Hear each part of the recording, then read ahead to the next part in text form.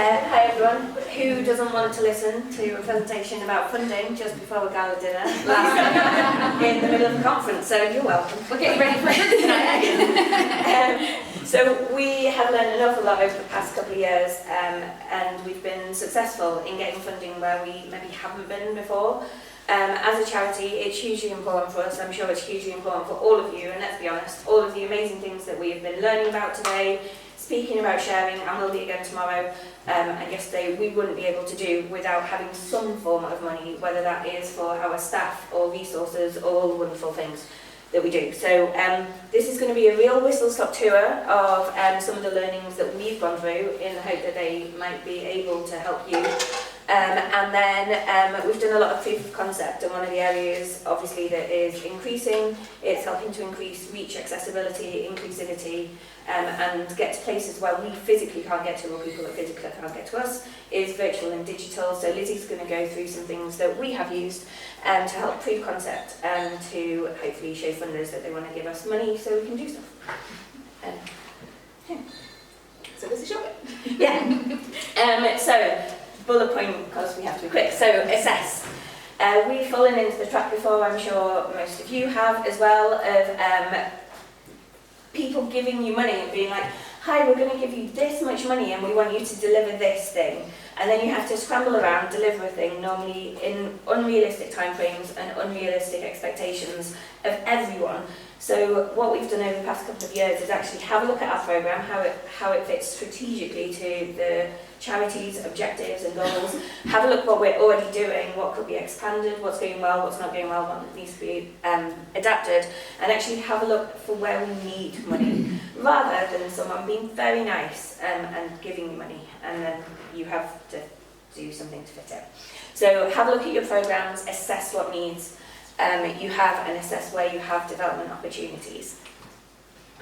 Do your research. So we've been really lucky over the past couple of years. Our team has grown, and that is with thanks to some funding. So we've got a private trust that funded us for our course. So that has made, at a time when people were going through amazingly hard times and with redundancies, people were furloughed, while most of the team, apart from me and Lizzie, were furloughed, and we were lucky enough not to have any redundancies, and that is because an amazing trust gave us amazing donation, because they love the zoo, and they love the educational and the learning work and the community work that we do, and they wanted to make sure that that was still there. And that was us having a look at who was out there and who might want to support us. We've got 2 new members of staff that are starting, one started, one's starting soon. One of those trusts that is supported a community officer. They've openly said that they don't like zoos, they don't support zoos, they don't believe in animals being held in captivity, but what they do support is communities and community work. So really do your research of who's in your local area and what their kind of objectives are, and if they fit with any of yours. Make sure you have a focus. As I say, it's really easy to get an amount of money and then to be able to be like, fling it at a thing and it grows arms and legs, and then all of a sudden you need more money to do more things, or another member of staff, or some more resources.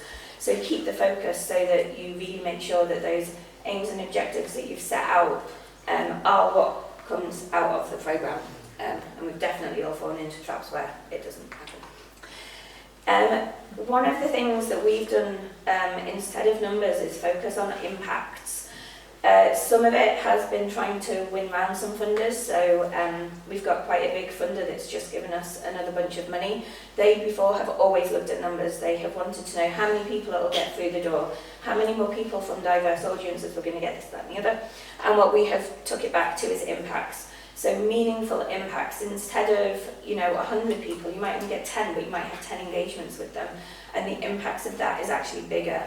And we've managed to turn around quite a lot of our proposal to focus on impacts and really meaningful impacts. And so far, touchwood, it's proving successful, and the funders are happy, and really importantly, our programmes are more successful because of it.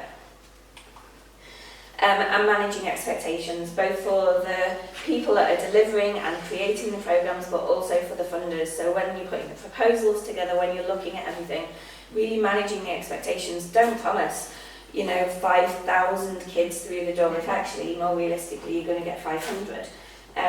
we've been lucky enough to get some funding from a company just recently, and they've given us some money so that we can pilot a programme to give schools that can't reach us money to get them to come to us.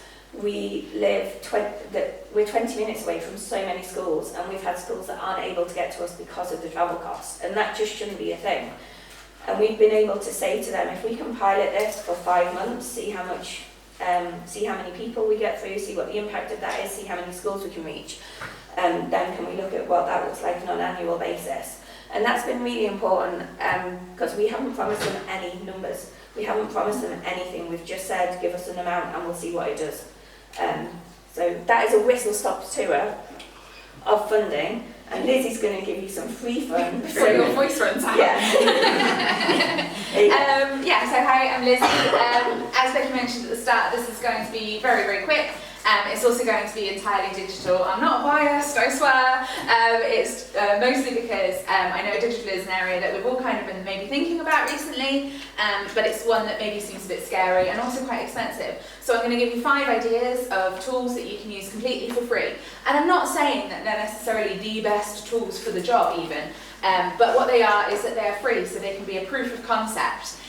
So you can build something with these tools that works, that does the job, and then you can then take that out to funders to get the money and do it better when you've got some funding.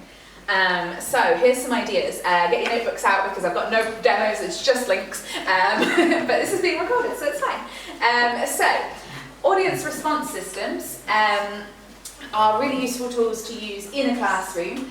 It's a really good way of getting people involved. You can do it in the classroom or online, and you can get people sort of voting and interacting with you. I've put mentimeter.com on here as a recommendation. This is one that we've used a lot in RZSS. And you can do quizzes, you can poll your users, they can put together word clouds. Mentimeter has a really nice sort of racing feature that you can all kind of beat each other at.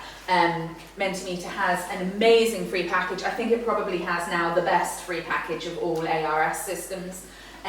So you can have thousands of users for free and all kinds of different question types. And then if you're finding that Mentimeter does work for you, there are paid packages if you want to upgrade to more question types, but what it does for free is absolutely incredible. We mentioned I really loved that talk on VR yesterday, and I'm going to come and find you and ask more questions. But I'd like to put in a little note for one that we've used loads, which is expeditionspro.com. So this is free. This is something you would need to create an account for. So you would go to on your computer, sign up for an Expeditions Pro account, and then you can use, there are about 200 different VR experiences, I guess, on the website already that you can use for free. Or you can create your own. If you're interested in creating your own, find my contact details and I'll help you do that. We've got time now. But what you can do then, so you can go on your computer and you can look at it just the same way as you would look at Google Maps. So you kind of click and drag it around.